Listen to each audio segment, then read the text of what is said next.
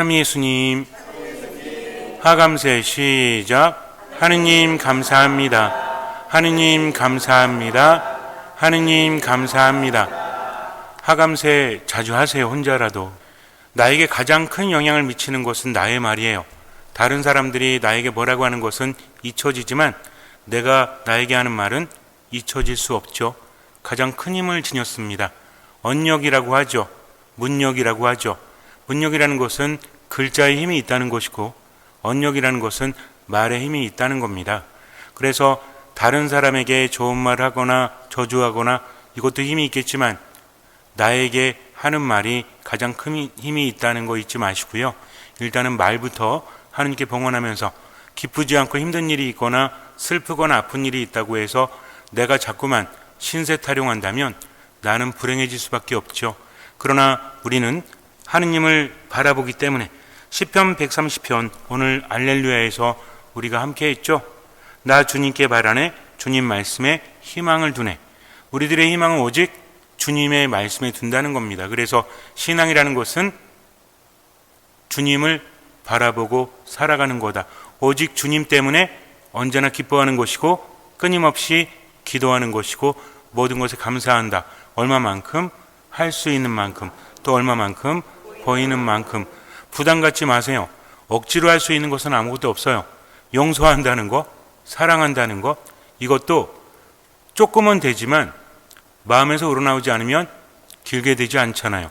그러나 하느님께 모든 것을 맡기고 기도한다는 것, 할 수 있는 만큼 보이는 만큼 할 때 신앙은 자라나니까 하느님만 바라보고 지금을 살아가는 거죠. 지중해에서 가장 크고 아름다운 섬 시라쿠사라고 하는데 시칠리아에 있는 곳입니다. 시라쿠사는 항구 도시로 유명한데 여기에 기원전 4세기에 디오니시오스 1세라는 사람이 다스리고 있었습니다. 그런데 이 사람은 폭군이었어요. 보통 폭군 그러면 어떻죠? 의심이 많죠. 그리고 악랄하죠. 그래서 어떤 계기가 되면 많은 사람을 죽입니다. 이 사람은 어떤 사람을 죽이고자 하면 망설임이 없었어요. 그때 피티아스라는 사람이 이 사람 눈에 들어옵니다. 저놈이 반역을 꾀하고 있다 라고 왕이 말해요. 피티아스는 반역을 꾀하지 않았습니다. 그러나 왕의 말은 무시할 수 없고 취소될 수 없어요. 그를 죽이려고 합니다. 피티아스가 왕 앞에 무릎을 꿇고 이야기합니다. 한 번만 저에게 기회를 주십시오. 살려달라는 것이 아니라 제 부모님이 연세가 많으십니다. 이제 제가 부모님보다 먼저 떠나야 되는데 가서 얼굴을 뵙고 인사드리고 오겠습니다. 왕이 웃기지 말라고 합니다. 네가 도망가면 누가 책임을 지느냐? 어디서 그런 수작질을 하느냐? 그런데 그때 한 사람이 나서서 무릎을 꿇더니 이렇게 말합니다. 제가 대신 잡혀 있겠습니다. 피티아스가 부모님께 인사하고 올 수 있도록 선처를 내려주십시오. 그는 다몬이라는 사람이었는데 피티아스하고 굉장히 친한 사람이었어요. 대신 목숨을 내어놓는다 하니 왕이 웃습니다. 그래, 정말 그러겠다고. 만약에 피티아스가 돌아오지 않으면 다몬 너는 죽는다. 그래도 하겠느냐? 예, 저는 피티아스를 믿습니다. 왕은 그들을 비웃으면서 그렇게 하라고 합니다. 왕은 어떤 마음이었을까요? 분명히 돌아오지 않을 거다. 보통 폭군 그러면 사람을 믿지 못하죠. 폭군은 그냥 되는 게 아닙니다. 그 사람에게도 안 좋은 점이 있지만 주변 사람들에게도 배신을 많이 당하죠. 어떻게 본다면 폭군의 기질이나 그의 행동 때문에 배신을 당할 수도 있는데 사람은 자기중심이에요. 내가 어떻게 했는지는 생각하지 않고 나를 배신했다는 것에만 분노합니다. 우리는 어때요? 사랑하는 사람과의 관계 안에서도 그 사람 탓을 많이 합니까? 내 탓을 많이 합니까? 우리는 참 이기적이죠. 내가 잘못한 것을 돌아보기보다는 자꾸만 남 탓을 하죠. 천주교 신자들은 남 탓을 하면 됩니까? 안 됩니까? 안 되는데 하고 있죠. 그러니까 어떻게 해야 돼요? 웬만하면 제 탓이요 할 때 성당에서 할 때마다 나를 돌아봐야 합니다. 가장 무서운 교만이 뭔지 아세요? 나는 죄가 없어. 나는 잘못한 게 없어. 주변 사람들이 나를 힘들게 할 뿐이야. 이 사람이 가장 교만한 사람 중에 하나입니다. 그래서 때로는 내가 상처받은 것도 있지만 용서라는 것은 어떤 사람이 나에게 큰 상처를 줬어요. 근데 나도 그 사람에게 상처를 줄 수 있잖아요. 이걸 바라봐야 됩니다. 고해성사 들어와서도 자신의 죄를 고백해야 되는데 많은 분들이 남의 죄를 고백해. 이렇게 했기 때문에 내가 이럴 수밖에 없었습니다 하면서 어떤 분은 광분하십니다. 그러면 돼요? 안 돼요? 안 됩니다. 하나님은 모든 것을 아시죠. 그러니까 그 사람의 죄는 그 사람에게 맡기고 내 죄를, 죄가 뭐라고 했죠? 죄가 뭐냐고 물으신다면 하나님의 뜻을 거스르는 거다. 생각과 말과 행위로 거스르는 거. 그래서 마음 아파하는 겁니다. 이건 다른 거예요. 내가 어떤 사람을 용서하지 못합니다. 용서할 수 없죠. 상처가 너무나 크니까. 그럴 때 최선은 뭐죠? 주님, 제가 당신께 용서받을 수 있도록 제가 저 사람을 용서할 수 있는 마음을 제게 주십시오. 당신의 도움심이 없다면 저는 아무것도 할 수가 없습니다. 주님 하면서 기도하는 게 최선이지 않습니까? 난 용서 못해 하면서 있다면 그 사람은 주님으로부터 점점 멀어지기 때문입니다. 그래서 세상을 보는 시선을 바꿔야 돼요. 하느님만 바라보고 그분의 뜻대로 맡기는 것. 쉽지 않습니다. 너무 어렵죠. 사무치는데 괴로운데 어찌 사랑할 수 있을까요? 그러나 누구 때문에? 하느님 때문에 얼마만큼 할 수 있는 만큼 또 얼마만큼 보이는 만큼 그렇게 맡기고 지금을 살아가면 된다는 거죠. 어쨌든 친구 덕분에 피티아스는 고향에 가서 부모님을 봅니다. 마지막 인사를 하고, 물론 부모님에게 마지막이라고 하진 않았겠죠. 우리 보통 그렇잖아요. 예전에 어떤 분이, 젊은 분이 돌아가셨는데 한 50대인가 60대인가 돌아가셨는데 노모가 계셨어요. 90이 넘으신 분이 계신데 가족들이 할머니에게는 말하지 않아요. 왜? 할머니 마음이 무너지면 버티지 못하시니까 자식이 죽었다고 말하지 않습니다. 그래서 저도 되게 조심했거든요. 그런데 할머니랑 대화하면서 저는 느낄 수 있었어요. 아시는구나. 아시는데도 표현하지 않는구나. 가족은 애써 말하지 않고 할머니도 애써 말하지 않는 것이 얼마나 마음이 아프고 슬퍼요. 지켜보는 저도 그랬는데 그분들은 과연 어땠을까? 인간의 삶은 참 슬프죠. 아무리 돈이 많고 능력이 있고 대단하다고 할지라도 인간의 삶은 비참해질 수밖에 없어요. 나이가 들면서. 그래서 우리가 해야 될 것은 나이가 들면서 더 하느님 안에 머물러야 합니다. 미사에 잠깐 나오는 것이 아니라 미사 안에서 하느님 만나고 집으로 파견됐다가 나오는 거죠. 얼마만큼 할 수 있는 만큼 또 얼마만큼 보이는 만큼. 그러면 점점 믿음이 자라납니다. 내가 할 수 있는 부분보다 주님의 부분이 더 큰 거예요. 그러니까 생각과 말과 감정, 행동을 하느님께 맡기고 지금을 살아가면 됩니다. 어쨌든 부모님을 뵙고 이제 다시 돌아가서 죽어야 되겠다. 친구 다몬이 죽게 만들 수는 없으니까 항구로 가서 배를 타려고 하는데 풍랑이 불어서 배가 뜰 수 없다고 합니다. 며칠을 기다렸어요. 배를 타고 가는데 시간이 촉박해지죠. 마음이 굉장히 분주해집니다. 이러다가 늦게 도착하면 친구 다몬이 죽기 때문에 그건 지켜볼 수 없잖아요. 그래서 정말 조마조마한 마음으로 섬에 도착해서 길을 가는데 말을 타고 달립니다. 그러다가 도적을 만나요. 가진 것을 다 뺏깁니다. 말까지 뺏겨요. 이젠 뛰어갈 수밖에 없죠. 죽기 위해서 뛰어갑니다. 죽기 위해서 뛰어가는 거 아니죠. 친구 때문에. 나는 죽더라고 할지라도 나를 믿어준 친구가 대신 죽게 만들 수는 없잖아요. 달려가는데 시간이 되었는데도 오질 않습니다. 디오니시오스 왕은 비웃어요. 이것 봐라. 내가 이럴 줄 알았어. 너네들은 안 돼. 너는 믿었지만 그 믿음의 대가로 배신을 당했잖아. 이제 너는 죽는 거야. 누굴 원망하겠느냐. 그랬더니 다몬이 말합니다. 제 친구 피티아스는 분명히 올 겁니다. 만약에 그가 늦었다면, 오지 않는다면 일부러 그런 것이 아니라 어떤 이유가 있겠지요. 그 친구를 위해서라면 저는 죽음도 기꺼이 받아들이겠습니다. 라고 말해요.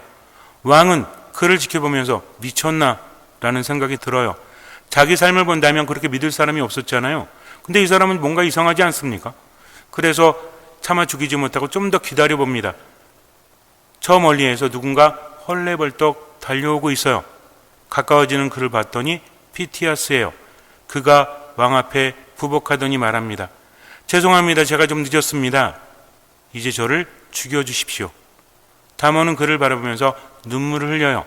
피티아스도 그의 손을 잡으면서 고맙네 친구, 고맙네 친구 하면서 눈물을 흘립니다. 모든 사람들이 숙연해졌죠.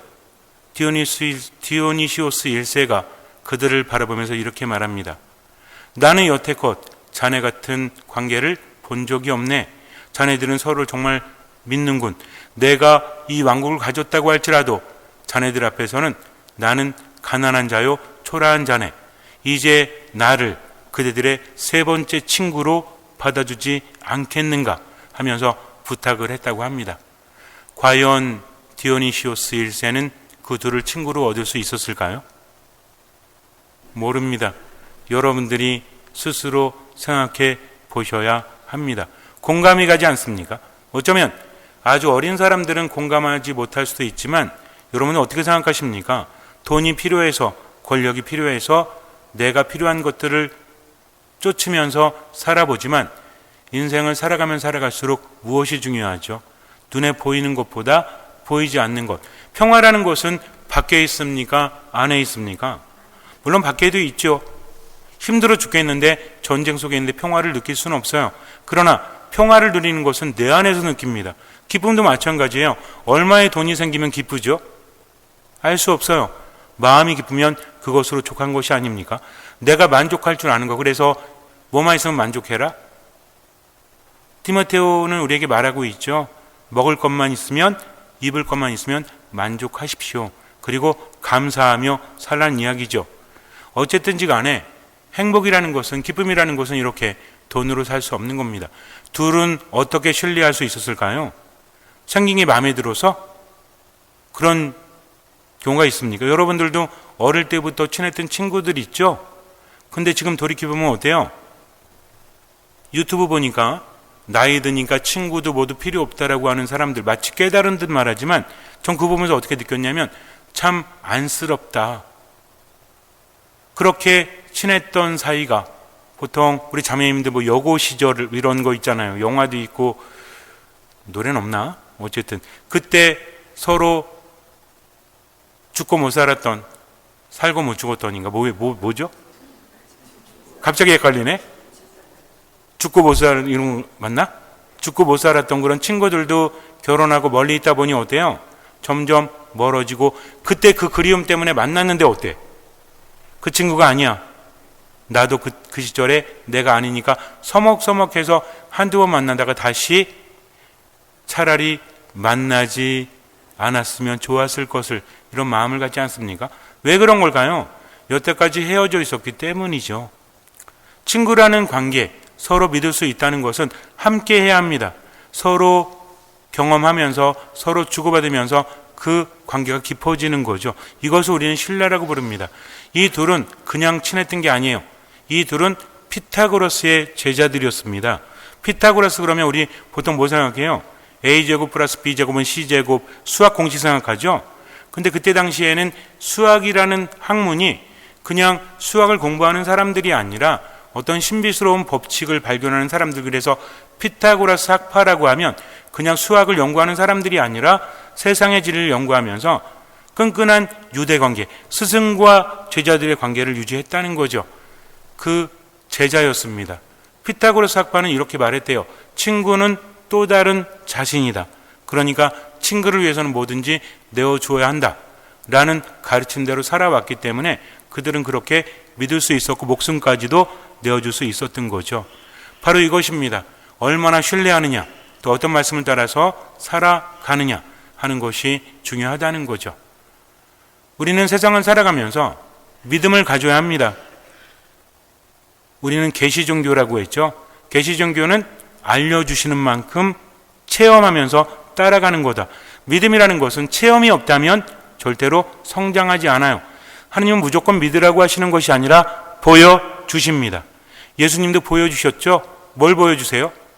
예수님이 아무리 말씀을 잘하신다고 할지라도 말씀만으로는 부족하죠? 뭘 보여주십니까? 이스라엘 백성들에게 있어서 중요한 게 세 가지가 있어요. 이스라엘 백성들은 하느님과의 관계를 중요하게 여긴다고 했죠? 하느님께 받은 게 뭐죠? 율법이에요. 또 하나는 예언입니다. 이 두 가지는 알아두세요. 하느님과의 관계라면 뭐가 중요하다? 율법이 중요하다. 왜? 율법으로 계약을 맺었잖아요. 하느님과의 관계는 그냥 관계가 아닙니다. 계약 관계라는 거죠. 그분을 믿고 따르면 그분께서는 은총을 베풀어 주신다. 매우 중요합니다. 그들은 선택받은 민족이잖아요. 하느님께 선택받고 무엇을 맺었죠? 계약을 맺었어요. 이게 뭐예요? 구약이죠. 우리는 예수 그리스도와 계약을 맺었죠. 이게 뭡니까? 신약입니다. 신앙은요, 그냥 하느님 믿고 이거 주세요, 저거 주세요, 이게 아닙니다. 신앙은 관계예요, 관계. 어떤 관계? 각과 을의 관계? 하느님과 나의 관계. 하느님과 우리의 관계. 이걸 생각하셔야 돼요. 착하게 살고 이게 중요한 게 아니라 우리는 계약에 따라서 어떤 마음으로? 듣는 마음으로 살아가야 됩니다. 구약의 이스라엘 백성들은 율법을 중요하게 여길 수밖에 없죠. 제사와 율법은 하나입니다. 그래서 속죄제, 희생제 이런 것들을 자주 봉헌을 했죠. 그리고 또 중요한 게 뭐죠? 그들이 잘못할 때마다 하느님께서는 누굴 보내시죠? 예언자들을 보내십니다. 그렇기 때문에 예언도 중요한 거예요. 왜? 예언자들은 하느님의 말씀을 전하기 때문입니다. 그러니까 그들에게 있어 중요한 인물이 누구겠어요? 율법과 예언이 중요하다면 율법의 대표는 누구죠? 하느님께 율법을 받아서 전해준 사람이 있잖아요. 모세. 그래서 모세가 중요한 겁니다. 또 예언자 중에서는 으뜸가는 예언자가 있죠. 누구예요? 엘리야. 여러분들이 흐름만 하시면 돼요. 제가 여러분들에게 성경을 말씀드릴 때 성경의 내용들, 사건들이 너무나 많거든요. 근데 맥락을 알면 돼요. 몇 가지 사건을 중심으로 맥락을 알고 나서 그 다음에 개별적으로는 여러분들이 들어가셔야 됩니다. 이 맥락을 모르면 신앙적인 흐름을 우리가 제대로 알 수 없기 때문에, 그래서 이스라엘 백성들은 뭘 중요하게 여긴다? 율법과 예언을 중요하게 여기는데 율법의 대표는 모세잖아요. 예언의 대표는 엘리야죠. 이 둘이 어디서 만나요? 타볼산에서 만나죠. 근데 이 둘만 아니라 누가 계셨죠? 예수님이 계십니다. 거룩하게 변모된 사건이 그래서 중요한 거예요. 엘리야와 모세가 예수님을 향해 서 있다. 즉 예수님을 통해서 뭐가 이루어진다? 뭐가 완성된다? 율법과 예언이 예수님을 통해서 완성이 된다. 이 의미죠. 그래서 머릿속에 담아두세요. 어쨌든지 간에. 그런데 율법과 예언 말고 또 한 가지가 하느님께로부터 옵니다. 이것을 무시할 수 없죠. 예언자들도 이것을 이용했죠. 왜?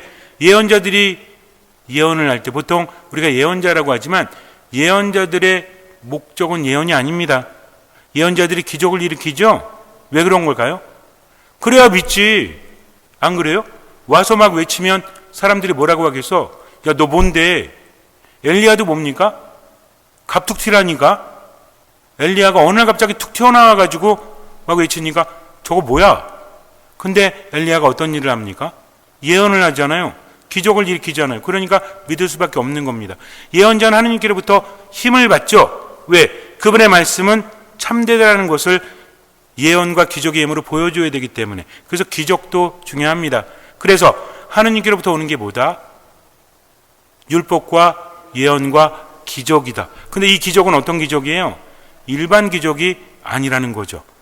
이스라엘 백성들에게 있어서 기적 그러면 모세의 기적, 엘리야의 기적 이런 것들이 있죠. 엘리야는 어떤 기적을 일으킵니까? 사람을 살리잖아요. 과부의 아들이 죽죠. 시돈 지방 사렙타 마을에 과부의 아들이 죽지 않습니까? 그때 엘리야가 어떻게 하죠? 하느님 돌려주소하면서 아이 배 위에 올라갔다 내려왔다 이렇게 힘들게 살려내지 않습니까? 근데 예수님은요? 자, 이제 중요한 겁니다. 예수님이 어떤 분이심을 알려주는 거죠. 예수님이 어떤 출신이에요? 나자렛 출신이잖아요. 나자렛이 대단한 곳입니까? 별로 대단한 곳이 아니야. 서울 강남 한복판인가요? 아닙니다. 어디예요? 저 시골 충청도 산골 또는 전라도 산골 뭐 이런 데입니다. 그러니까 알아주지 않는 거. 시골 출신이 뭐가 있겠습니까? 율법학자들도 헷갈리는 거지. 도대체 뭐야? 저 사람 시골 출신 아니야? 더군다나 그는 누구의 제자였죠? 바오로는 가말리엘 또는 옛날에 가물레이라고 그랬죠. 당대 최고의 율법학자의 제자라서 사도 바울은 되게 대단한 사람이었어요. 예수님은 스승이 누구죠? 알 수가 없지. 그때 당시에 유명한 인물들은 스승이 대단해야 돼요. 우리도 마찬가지지. 우리도 어떤 대학 나오면 알아주죠? 하늘, 스카이. 그러잖아요. 저기 이름도 못 들어본 대학에 나왔다면 우리 뭐라고 합니까? 두포작 대학 나와가지고 뭘 안다고. 근데 어떤 사람이 스카이래 그러면 어때요? 오, 대단해 보이고. 이런 거 있어요, 없어요? 어떤 사람 만나는데 의사래, 판사래, 검사래. 그럼 어때요? 대단해 보이지. 근데 농부래, 어부래, 신부래. 그럼 어때요? 우습게 보이지. 고개를 끄덕이고 그러십니까?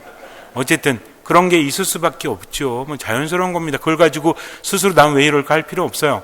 어쨌든 근데 예수님은 그냥 별 볼 일 없는 출신이에요. 그런데 그분은 어떻습니까? 말씀이 권위가 있고 또 말씀에 힘이 있죠. 어떻게 기적을 일으키십니까?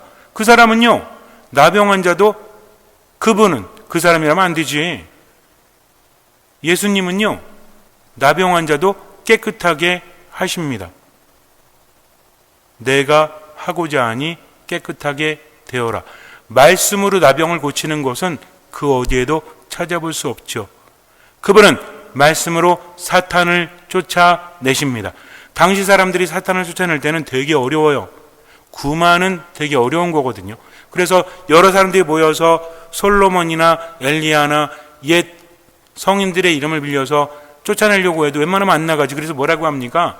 보통 영화를 보거나 소설을 읽거나 그럴 때 엑소시즘 할 때 기본적인 틀이 있죠. 일단 사탄의 이름을 알아야 되겠죠. 이름을 안다는 건 왜 그렇죠? 사탄의 이름을 알아내려고 막 그러잖아요. 왜 그런지 아세요? 이름을 부른다는 것은 지배권을 나타냅니다. 아무의 이름을 함부로 부를 수 없죠. 아들이 아버지 이름 부를 수 있나? 아들이 아버지 이름을 부릅니다. 신하가 임금의 이름을 부를 수 있나요? 절대 그럴 수 없다는 거죠. 누구야? 한다는 것은 내가 명령하니 내 말을 들어라. 나는 너를 안다. 이런 겁니다. 그러니까 사탄의 이름을 알아낸다는 것은 사탄의 이름을 알고 예수님의 이름으로 명령하기 위해서죠. 근데 알려줍니까? 웬만하면 안 알려. 네가 뭔데 하려고 그래? 하면서 막 실갱이 하면서 정말 대단한 사탄은 이름 안 알려주죠. 근데 예수님은 어떠세요? 이름이 무엇이냐 그랬더니 뭐래? 군대입니다. 수요가 많아서 그렇습니다. 이게 엄청난 사건입니다. 사탄 한 마리도 아니고 뭐래? 군대래요. 그러면서 수요가 많으니까 군대입니다라고 순순히 말하죠. 왜? 아무리 사탄의 수가 많다고 할지라도 예수님 앞에서는 아무것도 아니기 때문에 말할 수밖에 없는 겁니다. 그래서 뭐라고 하죠? 저희를 쫓아내시려거든 돼지떼 속으로 들어가라고 명령하십시오. 예수님이 그래라 그랬더니 어떻게 돼요? 돼지떼 안에 들어간 돼지떼가 다 물속으로 들어가서 죽어버리잖아요. 즉 사탄은 어디로 이끈다? 죽음으로 이끈다. 여기서 중요한 것은 그분의 한 말씀이면 반드시 이루어진다. 그 어떤 예언자도 모세조차도 이런 일을 한 적이 없어요. 그러니 예수님은 누구시다? 하느님의 힘을 지니신 분을 넘어서 그분이 바로 하느님이시다. 왜? 내가 너에게 말한다. 누구의 권위예요? 나의 권위잖아요. 나의 권위. 그분의 권위가 누구의 권위라는 얘기예요? 하느님의 권위다. 즉 예수님이 하느님이시다. 그러니 어떻게 하면 된다? 그분만 바라보고 믿으면 된다는 거죠. 그것을 옆에서 지켜본 사람들이 누구죠? 제자들입니다. 그런데 제자들이 예수님과 함께 배를 타고 가는데 예수님께서 배에 오르시자 그분의 제자들도 따랐다라고 마태복음 8장에서 우리에게 말해주고 있죠. 그때 호수에 큰 풍랑이 일어 배가 파도에 뒤덮이게 되었다. 생각해 보세요. 갈릴레아 호수는 주변만 몇 킬로다? 55km 정도 된다. 엄청 넓은 거죠. 더군다나 호수가 옆에 있는 땅들보다 낮아요. 뭔 얘기야? 맞바람이 불면 우리 보통 물잔에다가 물 넣고 이렇게 흔들면 어떻게 되죠? 위로 막 솟구치죠. 그러니 파도가 엄청나게 크죠. 더군다나 갈릴레아 사람들은 뭐라고 불렀다? 갈릴레아 바다라고 불렀다. 지금도 가면 갈릴레아 바다라고 써 있어요. 그들은 너무나 넓으니까 바다라고 불렀다는 거죠. 둘레가 55km. 상상되십니까? 우리나라에 이런 호수가 있나? 없는 것 같은데. 없죠? 있을지도 몰라요. 저는 어찌 모르는데 없는 것 같아요. 제 생각에는. 진짜 보면 바다 같아요. 그러니 그들은 어땠을까요? 더군다나 뭐예요 지금? 풍랑이 일어서 배가 이리저리 물에 덮이고 있으니 뭐가 떠오르죠? 죽음이 떠오를 수밖에 없습니다. 할 수 있는 게 뭐가 있죠? 이때 당당하라고요? 죽게 생겼는데 뭘 당당해? 그러니까 어떻게 합니까? 이러지도 저러지도 못하다가 예수님을 깨우죠. 그분이 뭐하고 있었죠? 주무시고 계셨죠. 대단하죠? 이 상황에서 주무셔. 왜? 그분은 하느님이시기 때문입니다. 주님 구해 주십시오. 저희가 죽게 되었습니다. 처음에는 예수님은 안 깨웠겠죠? 근데 이제는 더 이상 안 돼. 그러니까 주님 저희를 구해 주십시오 라고 말합니다. 예수님을 믿었을까요? 못 믿었을까요? 믿었죠. 지금 우리를 구해 주실 분 누구뿐이 없다? 예수님뿐이 없다는 것을 알았습니다. 그런데 그들이 모르는 게 있죠. 이분은 우리를 구해 주실 분이라면 이분을 우리를 죽지 않게 해주시는 분, 그분께로부터 하느님의 힘이 나온다는 것을 보고도 믿지 못한 겁니다. 인간이 이래요. 인간의 마음은요, 어디로 갈지 우리도 몰라요. 사랑하겠다고 새끼손가락 걸고 약속하죠? 그 노래도 있잖아. 없나? 새끼손가락 걸고 영원하저던 우리의 약속은 어디에, 뭐 이런 노래, 옛날 김현식 노래 있지 않았습니까? 근데 지금 어때요? 새끼손가락을 잘라버렸는지 그 약속은 어디로 갔나요? 지키지 않으려고 하는 게 아니라 인간은 나약합니다. 인간의 마음이 얼마나 나약한지 아세요? 두렵고 불안하고 이게 지속이 되면 아무리 대단한 사람도 무너지게 되어 있다는 거죠. 그러니 우리 삶이 힘들 수밖에 없죠. 그때 예수님 말씀하십니다. 왜 겁을 내느냐? 이 믿음이 약한 자들아. 이스라엘 사람들은요, 자연을 어떻게 생각했냐면 인간이 어쩌지 못하는 것, 심지어는 풍랑이나 바람이나 혼돈 이런 것들은 하느님께 대적하는 힘, 이렇게 알고 있었다는 겁니다. 지금 이 상황이 너무나 힘드니까 어쩌지 못하죠. 우리도 자연재해 앞에서는 아무것도 아니잖아요. 그 두려움이 왜 없을까요? 더군다나 물에 사는 사람들은 물을 두려워할 수밖에 없었죠. 그럼 예수님 왜 꾸짖으셨을까요? 이 상황이 불안해하면 안 되는 상황인가요? 그렇습니까? 우리는 놀이공원 가서 뭐 타면서도 무섭잖아. 즐기면서도 무섭잖아요. 그럼 이게 안 무서웠을까? 그럼 예수님 뭘 말씀하시는 걸까요? 풍랑이 있지만 내가 있지 않느냐. 다른 복을 보면 뭐라고 합니까? 용기를 내어라. 나다. 두려워하지 마라. 지금 너희들 풍랑에 배가 뒤집히게 생겼지만 그래도 내가 함께 하지 않니? 자고 있지만 내가 하잖아. 그럼 너희는 누굴 봤어야 돼? 나를 봤어야 돼. 왜 못 봤냐? 왜 믿지 못하느냐 하는 겁니다. 오늘 복음 이전에 8장을 읽어보세요. 뭐가 나온? 나병 환자가 깨끗해지는 것. 또 백인대장. 대단하지 않습니까? 백인대장이 뭐라 그래요? 제 아인이 중풍으로 누워 있습니다. 예수님께서 내가 가서 고쳐주마 그러니까 뭐라고 하죠? 저도 상관 밑에 있는 사람이고 제 밑에도 부하가 있어서 가라 하면 가고 오라 하면 옵니다. 군인의 고백이죠. 그러니 한 말씀만 하시면 제 하인이 낫겠습니다. 이게 얼마나 대단한 건지 아세요? 와이파이야 이거. 아니면 뭐 요즘에 뭐라고 하죠? 데이터. 즉 그때 사람들은 손을 대야만 낫는 줄 알았어요. 함께 해야만 낫는 줄 알았죠. 근데 백인대장이 뭐라고 합니까? 거리가 떨어져 있죠. 뭡니까? 당신이 오지 않으셔도요, 한 말씀만 하시면 이 병이 당신 말을 들을 수밖에 없습니다. 예수님 뭐라고 하십니까? 이스라엘에서 이런 믿음을 본 적이 없다. 그는 믿는 겁니다. 멀리 떨어져 있어도 주님께서 말씀하시면 제 아인이 낫습니다. 당신은 하느님이십니다. 그러니 한 말씀만 하십시오. 미사 얘기 들어왔잖아요. 한 말씀만 하시면 제 영혼이 낫습니다 라고 고백하지 않습니까? 이게 미사라니까요. 자, 근데 제자들은요, 옆에서 기적을 수없이 봤잖아요. 백인대장은 듣고만 온 거죠. 제자들은 맨날 봤죠. 근데 못 믿어. 왜?